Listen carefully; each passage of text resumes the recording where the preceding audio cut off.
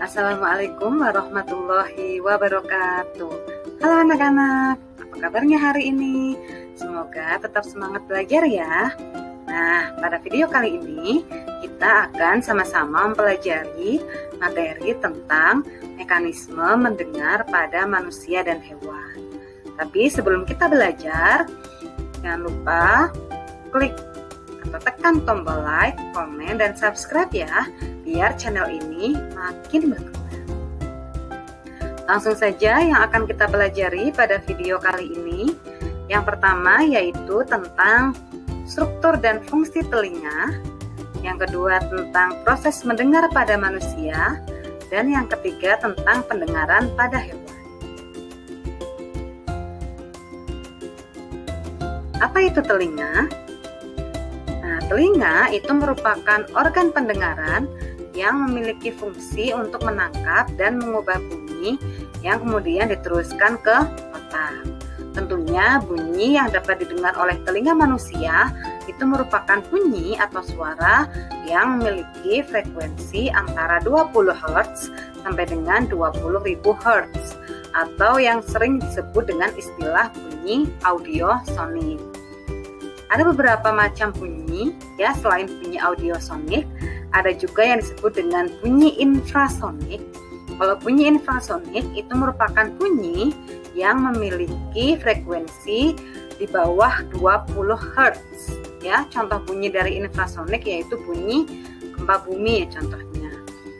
Bunyi infrasonik ini tidak bisa didengar oleh telinga manusia. Cuma beberapa hewan saja yang bisa mendengar bunyi infrasonik. Contohnya yaitu gajah dan juga badak. Selanjutnya ada juga bunyi ultrasonik. Kalau bunyi ultrasonik itu merupakan bunyi yang memiliki frekuensi di atas atau lebih besar dari 20.000 Hz. Ya, sama untuk bunyi ultrasonik juga tidak bisa didengar oleh telinga manusia. Cuma beberapa hewan saja yang mampu mendengar bunyi ultrasonik, diantaranya yaitu kelelawar dan lumba-lumba. Itu tadi tentang macam-macam bunyi. Selanjutnya kita akan bahas tentang bagian-bagian dari telinga. Di sini sudah Ibu sertakan gambar ya untuk bagian-bagian telinga. Struktur telinga itu terbagi menjadi 3 bagian. Ya, yang pertama ada telinga bagian luar, itu tersusun dari daun telinga dan saluran telinga. Yang kedua ada telinga bagian tengah, itu tersusun dari membran timpani atau gendang telinga dan tulang-tulang pendengaran. Yang ketiga ada yang disebut dengan telinga bagian dalam. Kalau telinga bagian dalam itu tersusun dari saluran eustasius, rumah siput atau koklea, dan saraf-saraf pendengaran. Untuk lebih jelasnya lagi, kita akan bahas satu persatu mengenai bagian-bagian dari telinga dan juga fungsinya. Kita akan bahas dari telinga bagian luar terlebih dahulu. Telinga bagian luar itu terdiri dari 2 bagian. Yang pertama ada daun telinga. Daun telinga itu memiliki fungsi untuk memusatkan gelombang suara yang masuk ke bagian saluran telinga. Sedangkan saluran telinga itu merupakan bagian dari telinga bagian luar yang kedua. Saluran telinga ini dilapisi oleh minyak serumen. Ya, minyak serumen ini berfungsi untuk mencegah masuknya air, kemudian untuk merekatkan kotoran atau hewan-hewan kecil yang masuk ke dalam telinga, supaya benda asing tidak akan masuk lebih dalam lagi ke dalam telinga. Itu bagian dari telinga bagian luar. Selanjutnya ada telinga bagian tengah. Nah, untuk telinga bagian tengah itu tersusun dari 2 bagian, yaitu membran timpani atau disebut juga dengan gendang telinga. Ya, ini gambarnya yang Ibu beri tanda panah ya. Fungsi dari membran timpani atau gendang telinga yaitu untuk menangkap gelombang suara dan mengubahnya menjadi getaran yang diteruskan ke tulang-tulang pendengaran. Selanjutnya ada tulang-tulang pendengaran. Tulang pendengaran itu terdiri dari 3 macam tulang, ya. Di sini sudah Ibu sertakan gambarnya. Ada tulang martil, kemudian tulang landasan, dan tulang sanggurdi. Untuk tulang martil itu berfungsi untuk menghantarkan suara ke tulang landasan. Kemudian sedangkan tulang landasan itu mempunyai fungsi untuk menghubungkan antara tulang martil dan tulang sanggurdi. Sedangkan tulang sanggurdi ini memiliki fungsi yang paling inti, yaitu untuk menerima getaran suara dari tulang landasan dan diantarkan ke membran telinga bagian dalam. Selanjutnya telinga bagian dalam, ya, telinga bagian dalam itu terdiri dari 3 bagian, yaitu saluran eustachius, ya. Saluran eustachius ini memiliki fungsi untuk menjaga keseimbangan tekanan udara antara telinga bagian tengah dan saluran telinga luar. Saluran eustachius ini umumnya dia menutup, namun dia akan membuka pada kondisi-kondisi tertentu, misalnya pada saat kita sedang menguap, ya, atau pada saat tekanan udaranya itu terjadi perubahan yang secara cepat, misal kita sedang menyelam atau sedang naik pesawat, itu nanti saluran eustachiusnya otomatis akan membuka sebentar. Itu bertujuan untuk menjaga keseimbangan di dalam tubuh kita. Yang kedua, bagian dari telinga bagian dalam yaitu rumah siput atau koklea, ya.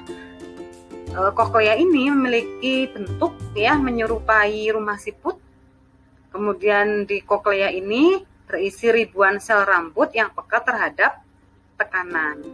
Getaran nanti akan diubah menjadi impuls saraf di dalam sel-sel rambut yang ada di koklea, kemudian diteruskan oleh saraf-saraf pendengaran menuju ke otak.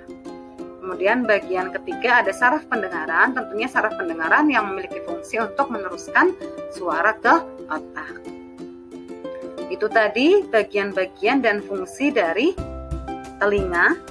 Selanjutnya kita akan bahas tentang proses pendengaran pada manusia. Bagaimana sih manusia bisa mendengar bunyi? Manusia bisa mendengar suara atau bunyi itu diawali dari adanya suara di lingkungan yang masuk ke dalam saluran telinga, menyebabkan gendang telinga itu bergetar, ya. Kemudian dari gendang telinga bergetar tadi, suara akan diteruskan ke dalam tulang-tulang pendengaran. Tulang pendengaran tadi sudah Ibu jelaskan ada 3 macam, tulang martil, tulang landasan, dan tulang sanggurdi. Dari tulang pendengaran nanti bunyi akan masuk ke dalam koklea atau rumah siput, sehingga cairan dalam koklea itu bergetar. Karena tulang-tulang cairan dalam koklea itu bergetar, menyebabkan sel-sel rambut juga bergetar dan menciptakan sinyal. Kemudian sinyal-sinyal tadi akan ditangkap oleh saraf pendengaran dan dibawa ke otak. Nanti di otak sinyal-sinyal tadi akan ditranskripsikan menjadi suara atau bunyi. Itu tadi proses pendengaran pada manusia. Selanjutnya kita akan bahas tentang proses pendengaran pada hewan, ya. Pendengaran pada hewan, khususnya pada mamalia, itu menggunakan daun telinga untuk memfokuskan suara yang diterimanya. Sistem ini disebut dengan sistem sonar. Apa itu sistem sonar? Sistem sonar yaitu sistem yang digunakan untuk mendeteksi suara frekuensi tinggi atau suara ultrasonik. Contoh hewan yang memiliki sistem sonar diantaranya ada kelelawar dan lumba-lumba. Kita akan bahas terlebih dahulu tentang proses pendengaran pada kelelawar, ya. Proses pendengaran pada kelelawar itu kelelawar mampu mendengar bunyi ultrasonik, ya, bunyi dengan frekuensi di atas 20.000 Hz. Manusia tidak bisa mendengar bunyi ultrasonik, ya, kalau kelelawar bisa. Kelelawar itu memiliki kemampuan yang disebut dengan ekolokasi. Ya, ekolokasi itu merupakan kemampuan untuk mendeteksi keberadaan suatu benda atau hewan lain melalui gelombang yang dipantulkan oleh benda atau hewan tersebut. Bagaimana prosesnya? Prosesnya di sini sudah Ibu sertakan gambar ya. Ini proses terjadinya ekolokasi pada kelelawar.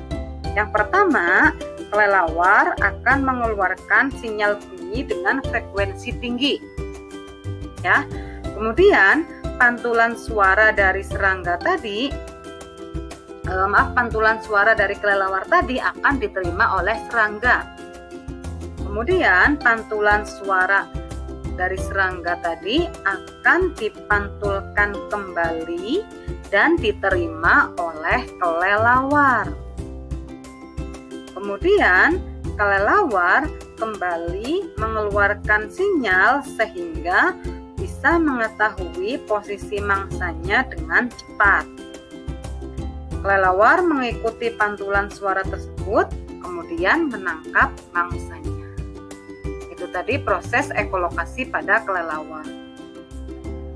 Selanjutnya, proses sistem sonar pada lumba-lumba. Ya, lumba-lumba itu bernafas melalui lubang yang ada di atas kepalanya. Kemudian di bawah lubang tersebut itu terdapat kantung udara. Melalui kantung udara tadi, lumba-lumba menghasilkan bunyi dengan frekuensi yang tinggi. Di sini sudah Ibu sertakan untuk bagannya.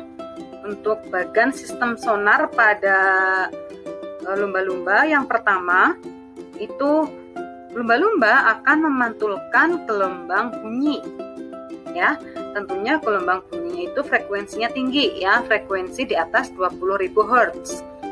Kemudian gelombang yang dipantulkan tadi akan memantul kembali setelah membentur suatu benda atau hewan lain. Di sini gambarnya misal ikan ya.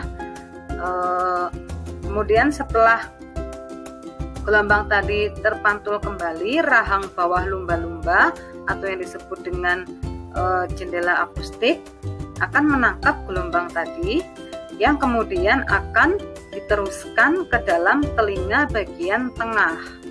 Dari telinga bagian tengah nanti akan diteruskan ke otak. Ya, di otak nanti akan terbentuk informasi, diantaranya yaitu berapa jarak benda dari lumba-lumba tersebut, atau kalau misal hewan lain berarti berapa jarak hewan lain dari lumba-lumba tersebut, kemudian berapa ukuran hewan lain tersebut, dan juga bagaimana pergerakan dari hewan tersebut. Itu tadi proses sistem sonar pada lumba-lumba. Selanjutnya di sini sudah Ibu tuliskan latihan soal yang harus kalian kerjakan ya. Di sini ada beberapa soal, silakan kalian kerjakan. Silakan kerjakan dengan tepat waktu ya.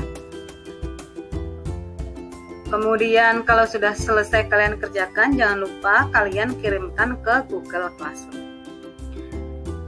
Itu tadi materi yang sudah Ibu sampaikan ya, mulai dari bagian-bagian telinga dan fungsinya, kemudian proses mendengar pada manusia, dan proses pendengaran pada hewan. Sekian dari Ibu, terima kasih yang sudah bergabung dan menyimak pembelajaran kali ini. Terima kasih. Wassalamualaikum warahmatullahi wabarakatuh.